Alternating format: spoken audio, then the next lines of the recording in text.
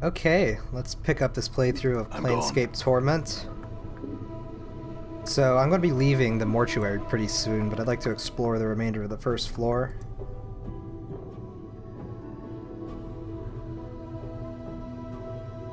Let's see. Crescent Hatchet. Got a bunch of giant skeletons here. It's probably a good idea to leave them alone. They look pretty intimidating.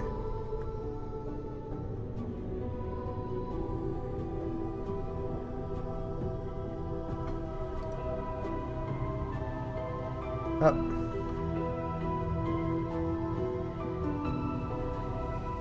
Let's just do this lie that we're here to see doll. Okay. Thank God that strategy works.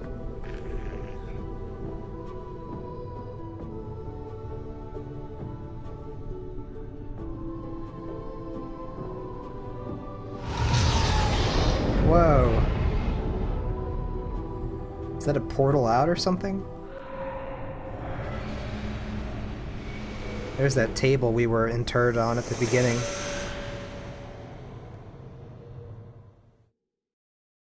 Huh. The tomb. Okay. Let's see. I'm gone.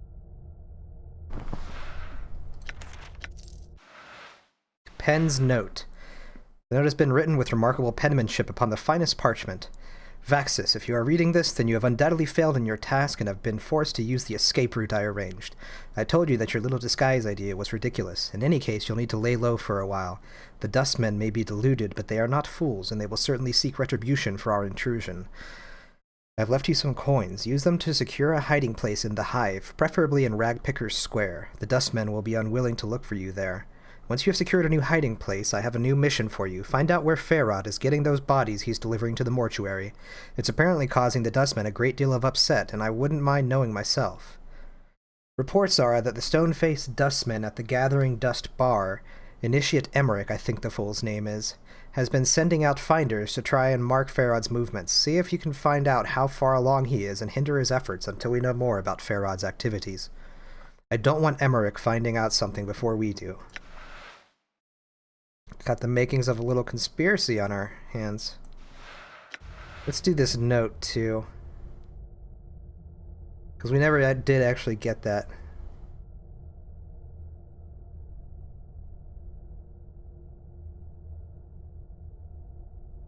So, upper right, lower right. 3 marks on the lower left.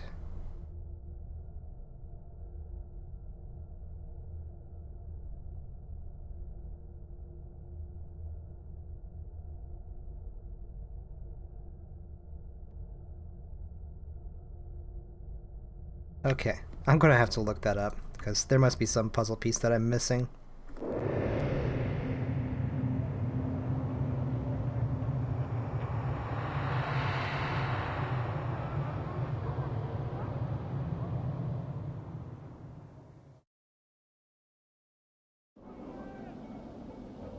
Done.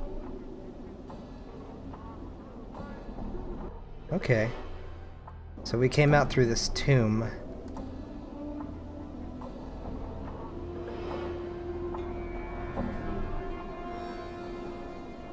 Let's see, this guy has a name, Pox, so let's talk to him.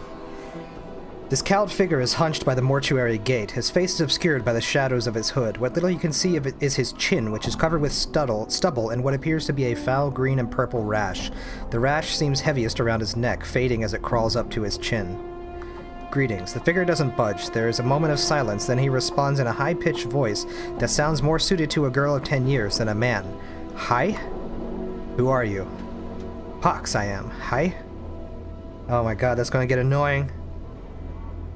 Do you know someone named Farod?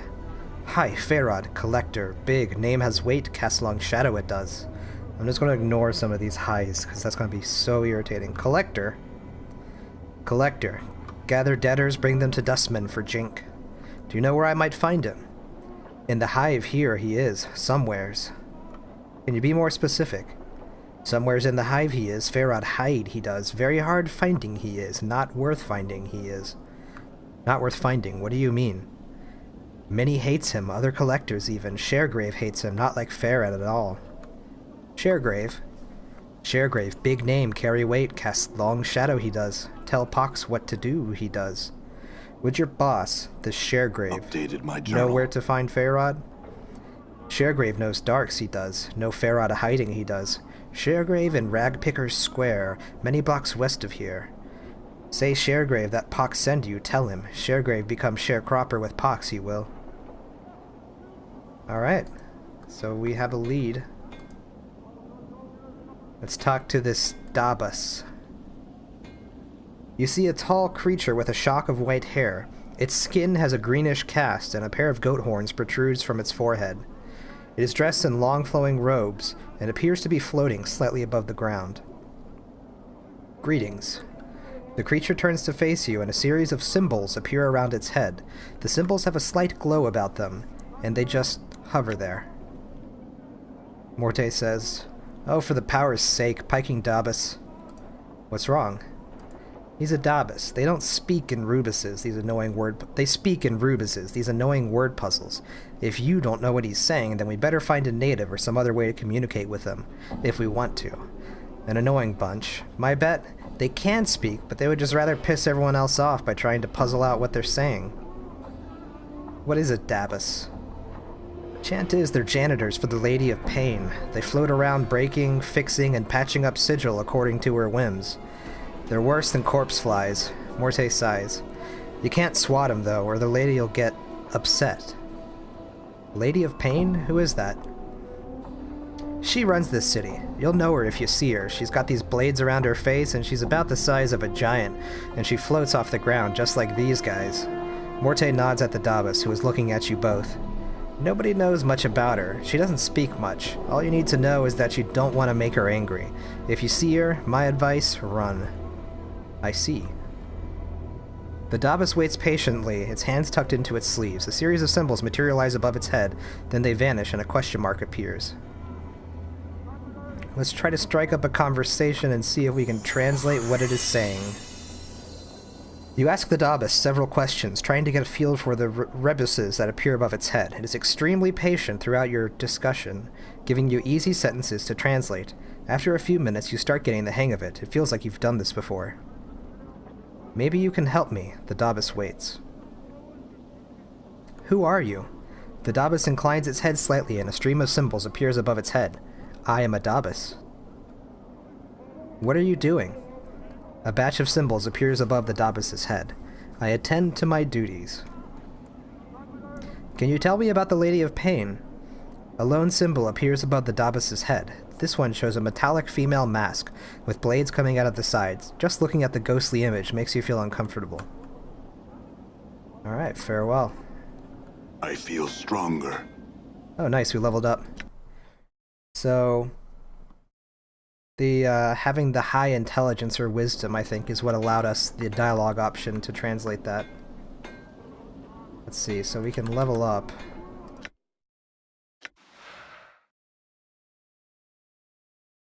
One characteristic points gained, 10 hit points gained. Oh nice, that's right, our attributes increase as we go on. We'll just stick that into intelligence. Oh, that's handy. You can have it center around where you are.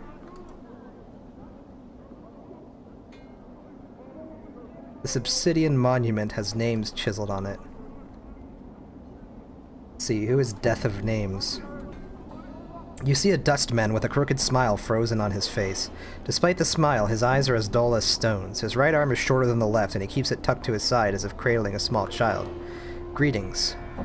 The dustman's eyes slide over to you. Name.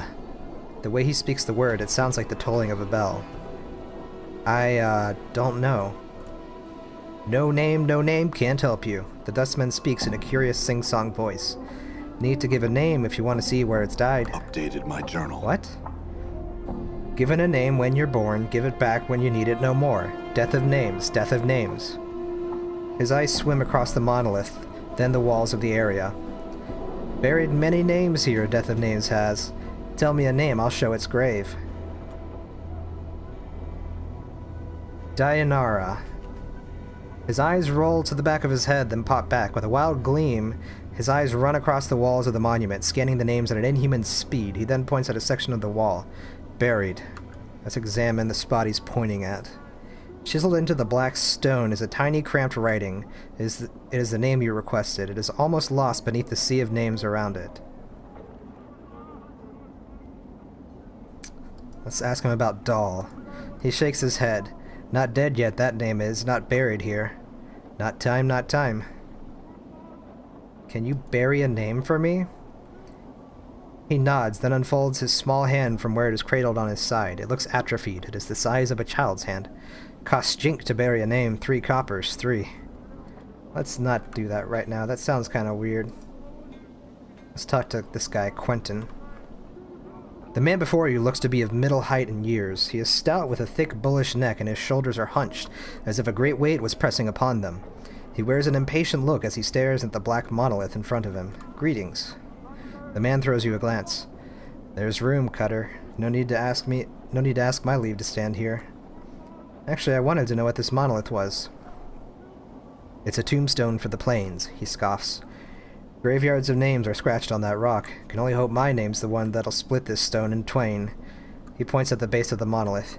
Quentin, right there, hammered in just hard enough to send the damn thing crashing down. Tombstone for the plains? Aye, Quentin smiles ruefully. The Dusties scratch the names of the dead on this monument here. He gestures around him.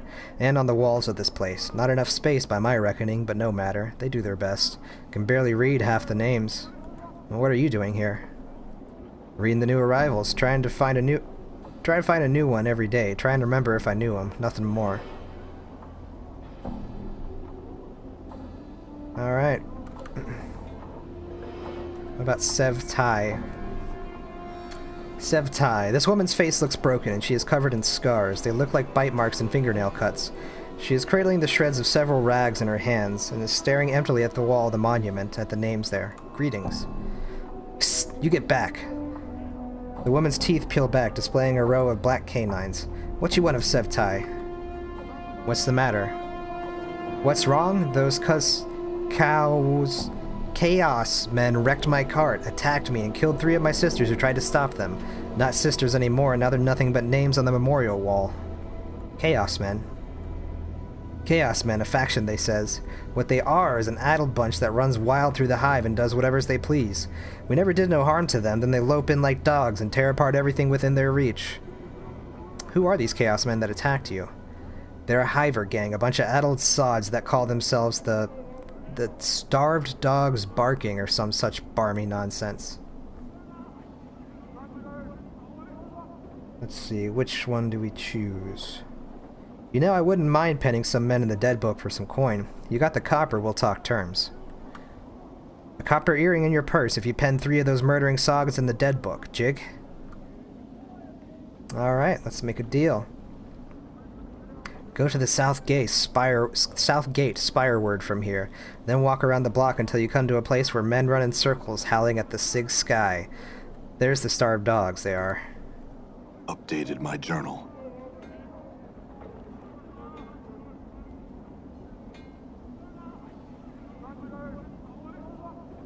I've never seen something so ugly. I've not. Hike off. Anna, you see a striking red-haired girl dressed in leather armor. Her right arm is covered with a series of interlocking plates that look as if they were taken from the skin of some creature, and a horned shoulder piece protects her left arm. Oddly enough, she has a tail that is flicking back and forth as you watch. Pike off. Greetings. The girl ignores you. I'm looking for someone named Farod. Do you know where I can find him? I might say more if you... I might say more if you sweeten the question, aye? She clicks her tongue and rubs 2 fingers together. Jink, jink, aye? Jink, jink. Morte says, she means money. Oh. Aye, she glances at Morte, then shrugs.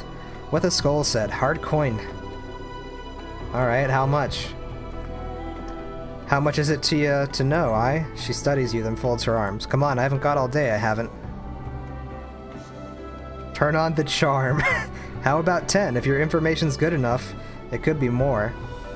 Aye, alright then. She pockets the money. It's gone so quickly you have no idea where it even vanished to. Look for him in the alley spireward from the mortuary. That's to the south and west of the mortuary, aye? Very well, I had some other questions. I can't help but notice that you have a tail. Do I now? The girl looks at her tail. So I do. And here I was thinking it was just a trick of me eye. My, aren't you a sharp cutter? She bares her teeth. Why don't you piss off to wherever hole you crawled out of and leave me be? Me nor me tail is for trade, jig? Alright, I was just curious. It's just as well neither you nor your tail are for, oh god, Morte says, it's just as well neither you nor your tail are for sale. You couldn't squeak out a living with them anyway. What are you about, you blighter? Say it again. He didn't say anything, but I'm still curious. Why do you have a tail? The girl's eyes narrow to slits. Are you daft? Can it be that you're dumber than stone, or mayhap you're the power of ignorance? Maybe the Dobbs brick you over and make you street. Look. She's a tiefling, Chief. They've got some demon's blood in them, and that makes them paranoid and defensive. Nice tail, though. Shame it's plastered on such an ugly body. Whoa, now. You better latch your bone box, you foul-mouthed mimir, before I spits it from your jaw, Jig. Why don't you try and split it from my jaw, Chit? All I'm hearing is a lot of chatter from some Hive trash. Throw a punch, I dare you. I'll bite your legs off. Enough. Aye, that's right. Leash your Mimir tard, or I'll bury him with his body, Jig. Mimir? What are you talking about? Aye, Mimir. What, the gulf between your ears so wide me words echo? Idiot. You still haven't answered my question. What's a Mimir? Mimir is a talking encyclopedia. That's me, Chief. Got it. Anna glances at Morte, then you, then sneers. I guess I know which one of you has the brains, eh? What other questions? I'm missing a journal. Have you seen one? She looks at you strangely. Nay, I've seen nothing like that, I haven't. Can you tell me where I am? You're lost, but you're about to find trouble. Make yourself lost somewhere else, bubber. Alright, I think that's everything. That's a pleasant person. So this is the Dustman bar that note talked Chief, about. What are we doing in here? Let's say we just give this place the laugh, all right? I'm gone.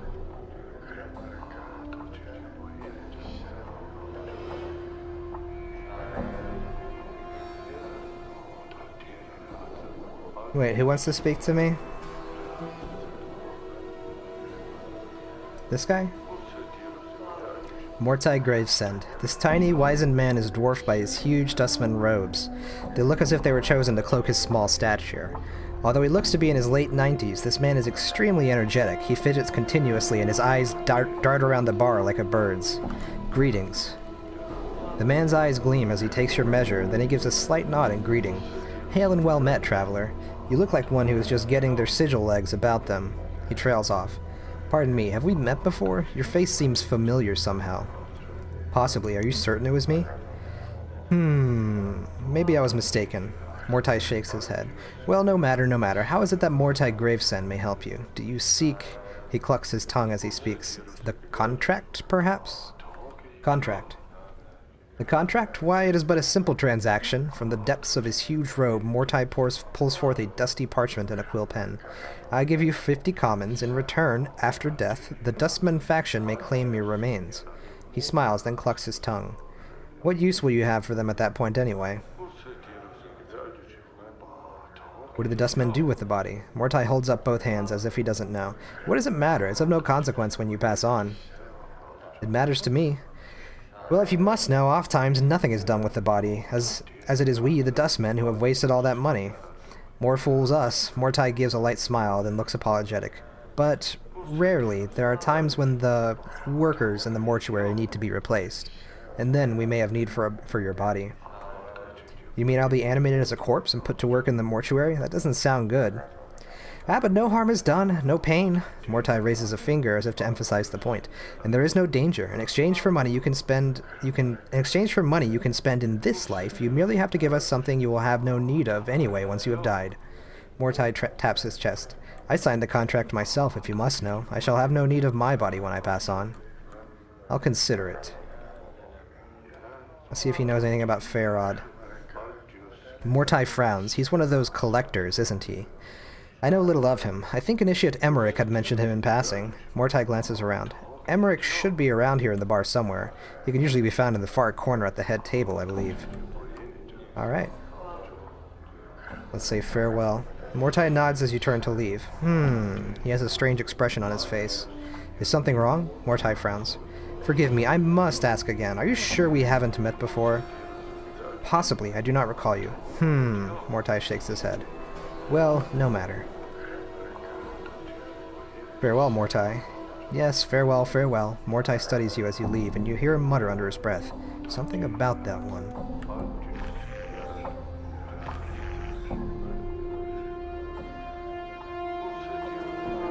Let's see. Emmerich. You see a heavy-set man with dark skin and grim features. He is dressed in dustman robes and is regarding you with a stony gaze. Greetings. You have the look of one lost. The man's voice is like stone settling. Did the wind send you, or are you here with purpose? Who are you? I am Emmerich, factotum of the initiate of the initiate of the Fourth Circle. Is this your bar? If you measure ownership in copper, then this is not my establishment. If you measure ownership in spirit, it is mine. He pauses, as if trying to emphasize a point. The dustmen here are my students. They are under my protection. Can I ask you some questions? Emmerich waits. I am searching for a man named Farod. Have you seen him? I would know why you seek the collector Farod. He stole something from me. Emmerich remains silent. His gaze is unnerving. He doesn't seem to blink. Why do you want to know my business with Farod? The collector Farod has brought many corpses to the mortuary of late. One must ask where these bodies are coming from. Tell me more about the bodies. Some are recent dead. They still have their last moments in their eyes. Many more bodies are centuries dead. The dust of ages lies upon their bones. One must ask where these bodies are from. Look, whatever is between you two is your... Nah, actually, let's, perhaps I could find out where these bodies are from. How would you do such a thing? I would track down Farod and ask him. If you spoke with Collector Farod and returned with his answers, you will have done a great service for the Dustman. Find out where the dead he brings to us are from, and you will be rewarded. Very well, I will find Farod, speak to him, and find out where these dead bodies he brings you are from. Emmerich nods. Your path is our path. Return here when you have the Collector Farod's answers. Can you tell me where he is? It is not known to me where the Collector Farod is. He hides from the eyes of the Dustmen. I would seek other collectors and ask them your question. Okay. So, what else can we ask him? If it's his bar, if he can tell us about the faction. I feel like we already know a lot about the faction. We could join the faction. That doesn't sound thrilling. Ask about the dead contracts. We already know about those. I'll ask him about the contracts just to see. Do you wish to sign the dead contract? Yeah, he's just describing it. Okay. Let's see. Oh, they have zombie workers in the bar. That's hilarious. So I guess the next question is, do I want to keep talking to the named patrons in here, or do I want to try to go on and find Farod? Let's see. Let me get some water real quick, because my throat. Doing all this reading is definitely a lot of work. Let's see. Old Copper Eyes. That's a hell of a name. Before you is a tall, silent figure. He could easily pass for a statue, although the deep furrows of his face and brow make you wonder if the sculptor was a little too eager in defining the face with a chisel. He looks well over 50 years old, but exactly how much over 50 it's hard to tell. As he slowly turns to look at you, you catch the dull sheen of copper in his eyes. Greetings. Old Copper Eyes stares at you. His eyes are difficult to make out past the black well of his eye sockets, but they look as if they have a coppery sheen about them. I have some questions. He says nothing. Alright. What is this? Norakch. You see a spindle-thin dustman in dirty black robes. His stiff black hair springs forth from his skull like a crown of spikes, and his leper-white skin is drawn sharply across his skull. He is frowning into his drink and mumbling to himself. Let's greet him. The dustman looks up, blinks once, and then looks you up and down, studying you. As he studies you, he takes note of his spiked locks and points at himself with it. Norocht, Initiate, Dustman, Guard. You look troubled. He touches his face and traces the shape of his frown with his finger. Troubled, yes. What's wrong? The Dustman looks you up and down. Many troubles have I. Help can you. A mausoleum awaits, the dead walk, the dead disturbed, the Dustman disturbed. Find out what disturbs the undead, and copper coins I will pay. Updated my journal. Very well. Where is this mausoleum? Norocht nods. Mausoleum by Dustman Memorial. Go north and west from Black Monument. Go to arch and semicircle over your heart with this finger, this make. He wiggles the index finger on his right hand. To the mausoleum go you will.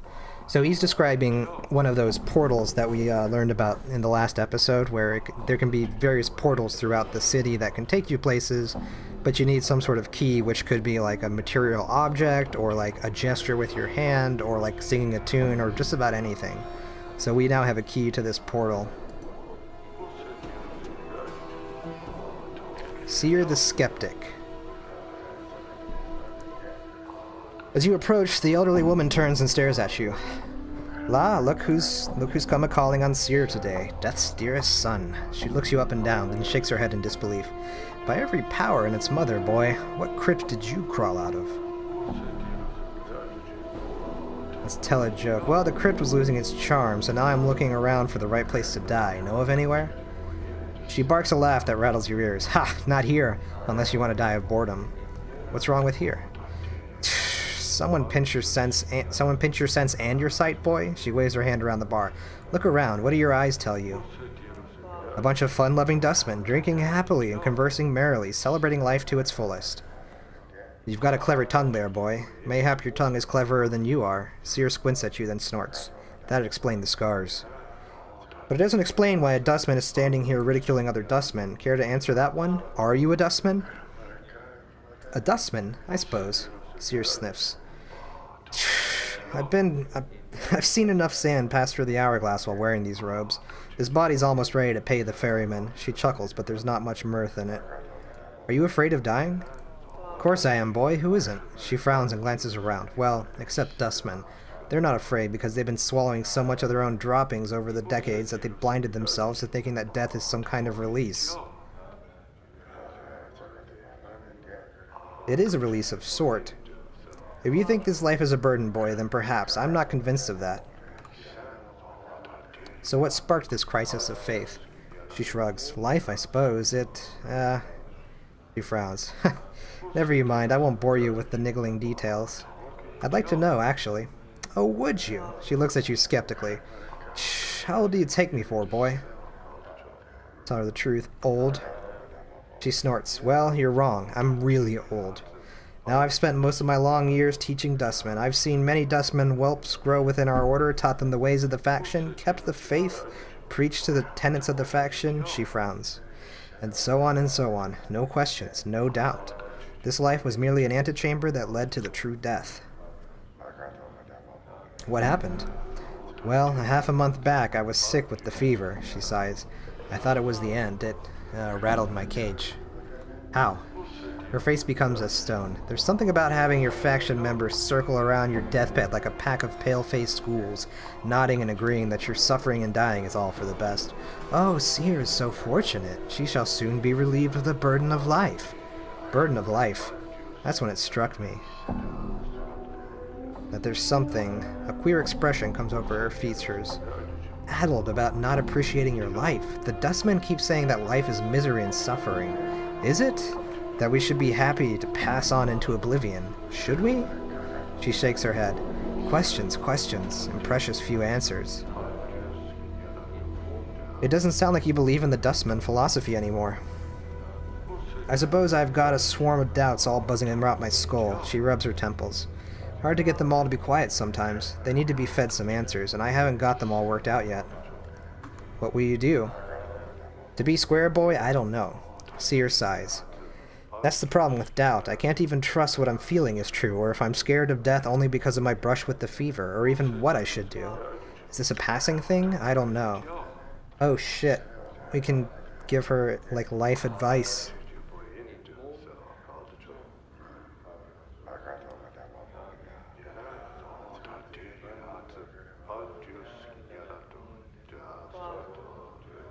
Do we want to encourage her skepticism or reaffirm her commitment to the Dustmen? I think encourage the skepticism.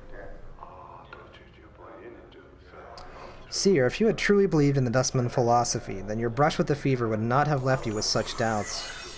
Seer stares at you, then nods slowly. Maybe so, maybe so. She frowns, her face wrinkling up in concentration. I'll have to chew it over some more. You should, it's no small matter. La, now, enough of me rattling on about my woes. Seer stares at your scars. You look like you've shared a few handshakes with death yourself. Hasn't that changed your views somewhat? Doesn't it make you appreciate life a bit more?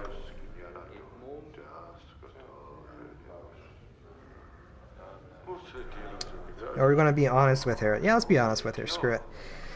Well, my condition is unique. I woke up in the mortuary. I think they mistook me for a corpse and were prepared to bury me. The strange thing is, I think I actually had died and got better. Seer blinks. You're rattling my coffin. It's true. Strange are the ways of the plains, and I've seen too much to throw any tale out with the wash. She studies your face. If it's true, why does this happen?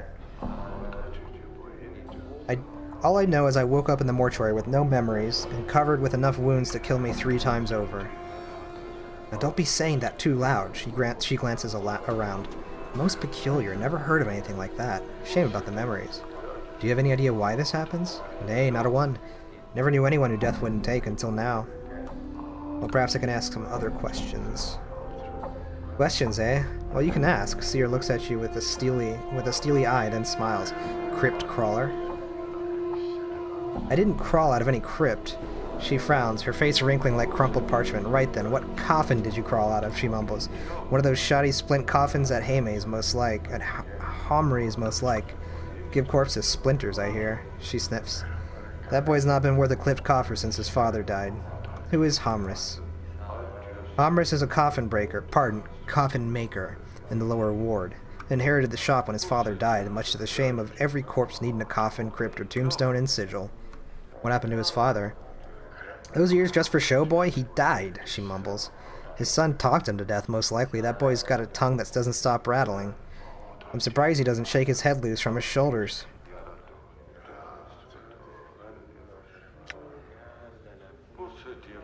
Let's see, what else can we ask her? Let's ask her about Feyrod. Seer's face crumples into a frown. That dog. He's the worst collector of the lot. I heard he has kips set up somewhere around Ragpicker's Square, many streets west of Mortuary Gate.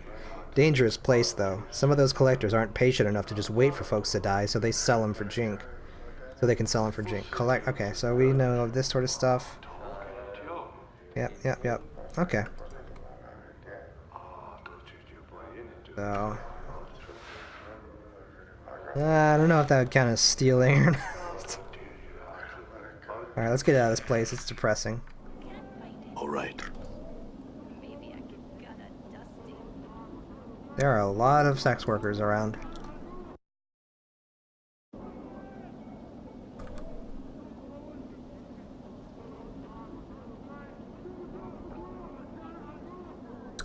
Ingress. You see a haggard woman wrapped in rags. Her hair is disheveled and dirty, and her complexion is extremely dark.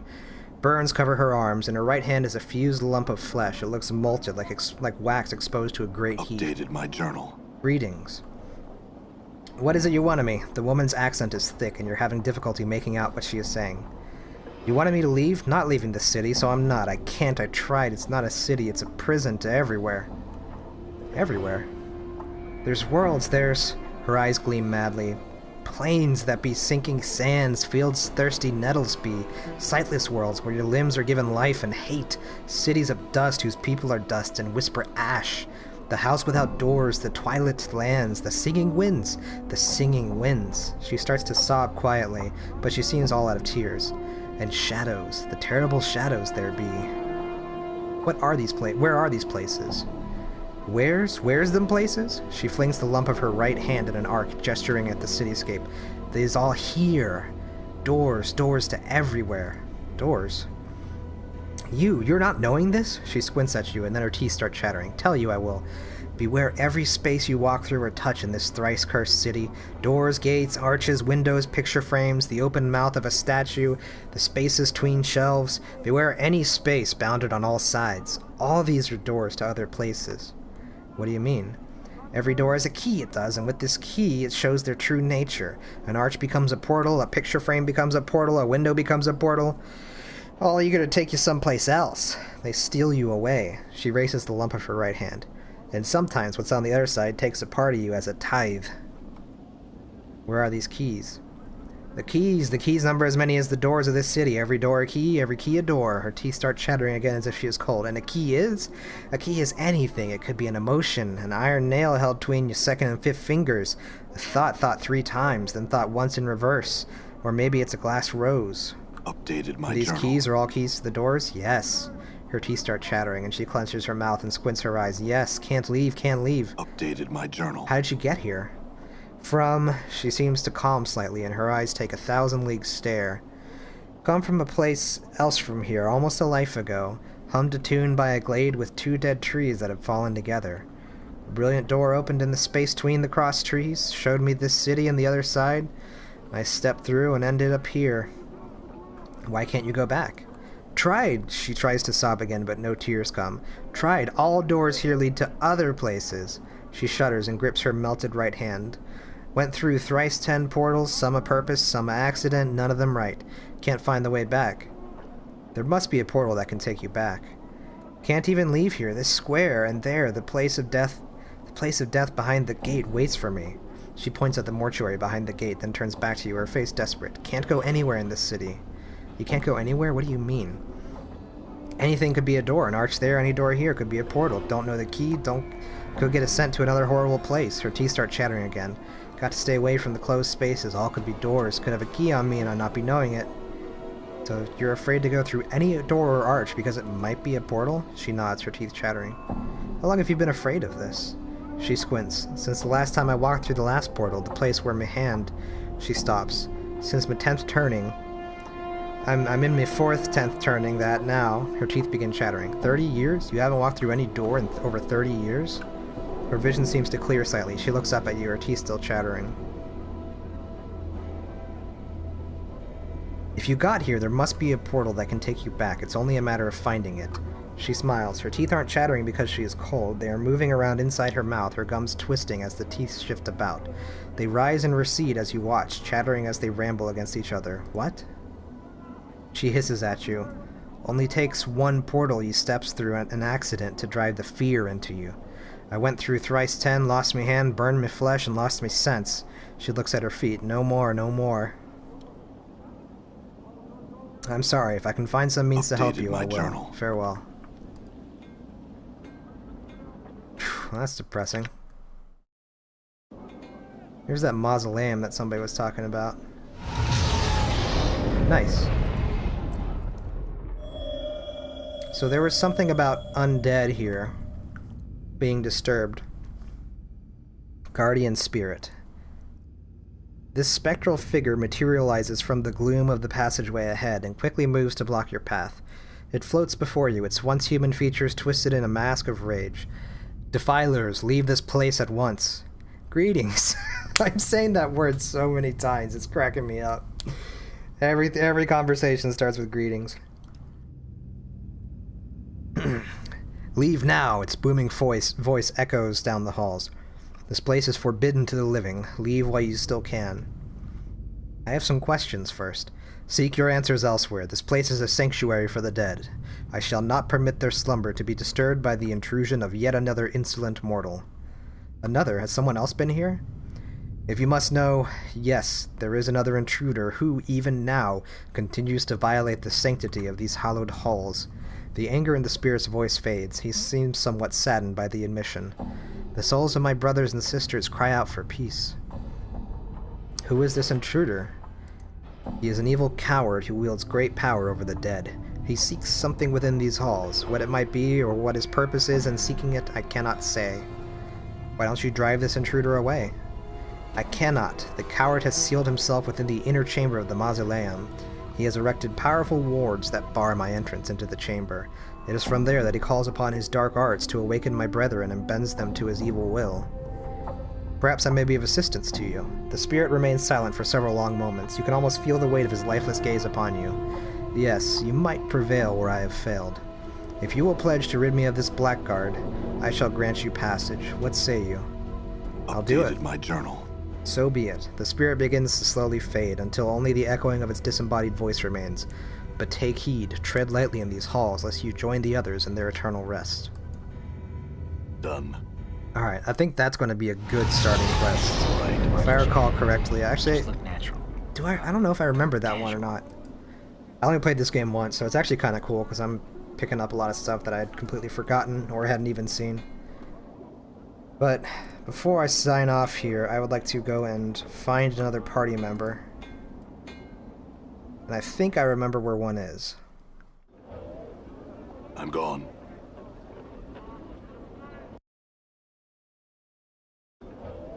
There's a pub down here somewhere.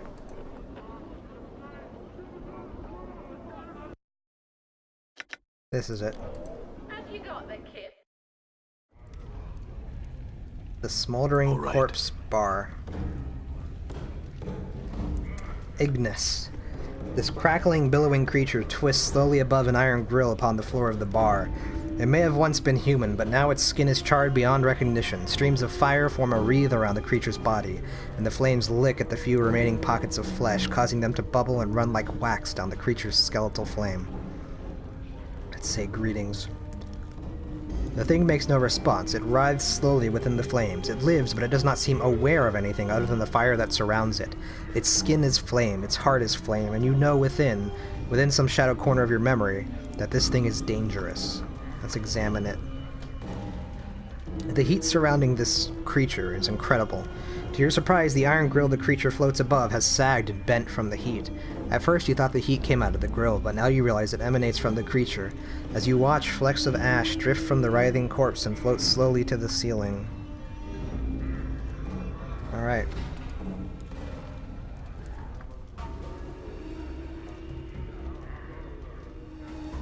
Here we go. Dak Khan. The man before you is old. His dry yellow skin has the scars of one who has traveled everywhere and never rested long in any one place. His pinched face is inhumanly angular, and his ears sweep out from his skull, tampering to points. He wears a loose-fitting orange tunic, and a strange, shimmering blade is strapped across his back. The blade looks to be a two-pronged glaive, made of some metal whose surface swirls like a film of oil on a pond. Greetings. The man turns to you, his eyes like polished coal. He stares through you, and for a moment you wonder if he might be blind. The weapon suddenly turns a dead, flat black, mirroring the man's eyes. Are you all right? Traveler. He says nothing for a moment, merely searches your face with his eyes. Hail, traveler. His voice is quiet and somber, like wind whispering through the branches of a great tree. Hail. Your eyes are the weight of one who has traveled far to be in this place. You could say that. The man's gaze does not waver from yours. I am known as Dak Khan. The emphasis he places on the word known strikes you as odd, yet familiar at the same time. You are not known to me. I do not know myself. That is for the best. In knowing yourself, there would be little in the plains worth knowing. He falls silent for a moment, still studying you with his coal-black eyes. I would know why you have come to this city. I'm looking for answers. I have many questions. Speak your questions. I will hear you. Your features are unfamiliar to me. What are you? A Githzerai. A Githzerai? A Githzerai is one of the people. One of the people? A Githzerai. Yes, but what are the Githzerai exactly? Dak Khan is silent for a moment, then speaks. Our history does not need to be made known to you. We would bleed to death on Time's blade before I recited a fraction of the histories of our people. I don't need to know your histories, but I would know of your people as they are now. Dak Khan is silent for a moment. Know this and accept it as an answer. We are the people who make our home upon the shifting plane of limbo. With a deft motion, Dak Khan slips the blade from his back and holds it before him. Wait and see what happens. There we mold the matter of limbo with our minds. We forge cities with our thoughts. As you watch, a series of rippling waves of metal begin to roll forth from the center of the blade. The pitch and crest of the waves match the inflections in Dakkon's voice. In its chaos, we dwell with only our knowing to preserve us. We are the Githzerai. What is that blade you have? It moved, shifted in response to your voice. It is a Kerach blade. It is an object that lets others know the rank of the wielder. Kerach, what does that mean? Dakkon falls silent for a moment, as if searching for the correct words. In your tongue, the closest translation is chaos matter. The people shape it with their thoughts. Shape it with their thoughts? Kerach is not shaped by heat, but by knowing oneself. It is a mirror that reflects the will of the wielder upon its surface and in its edge. When one knows themselves, the blade is strong, harder and stronger than steel. When one does not know themselves, the blade is as water, formless and weak. What rank does the blade signify? The blade is a symbol carried by the Zerth. Zerth is one who knows the words of Zerthemin, and knowing the words of Zerthemin, they know themselves. Zerthemin founded our race. He knew the Githzerai before they knew themselves. He defined the people. He gave them one mind. Let's ask him some more questions.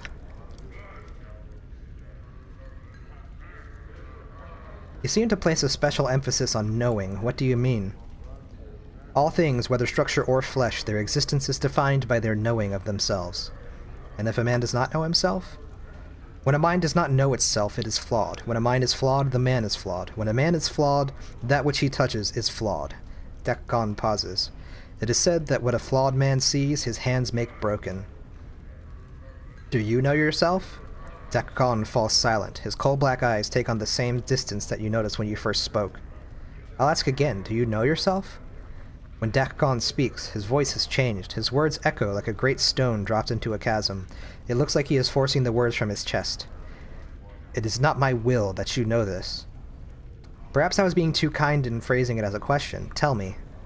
The words come out of Dakkon slowly, as if they are being carried by one. It has come to pass that I do not know myself. Why? Dakkon's voice drops to a whisper, like sand. I do not know why. I know it has happened, but I know not the how nor the when, nor how to know myself once more. What other questions do we have? Can you tell me about this city? It is known by the name Sigil. Among the people, it is known as the city that does not know itself. It doesn't know itself? What do you mean? The city exists, but it does not know itself. In not knowing, its existence is flawed. You speak as if the city is alive. It may not be aware and know itself in the sense that you or I might know ourselves, but it lives, it grows, changes, and touches the minds of all that live here. Why do you say the city doesn't know itself? The city exists in opposition to itself. It has set itself apart from the planes, yet it seeks to be everywhere at once. Its walls are doors, yet it keeps those doors locked. Such an existence tells of a thing that does not know itself. In not knowing itself, it is flawed.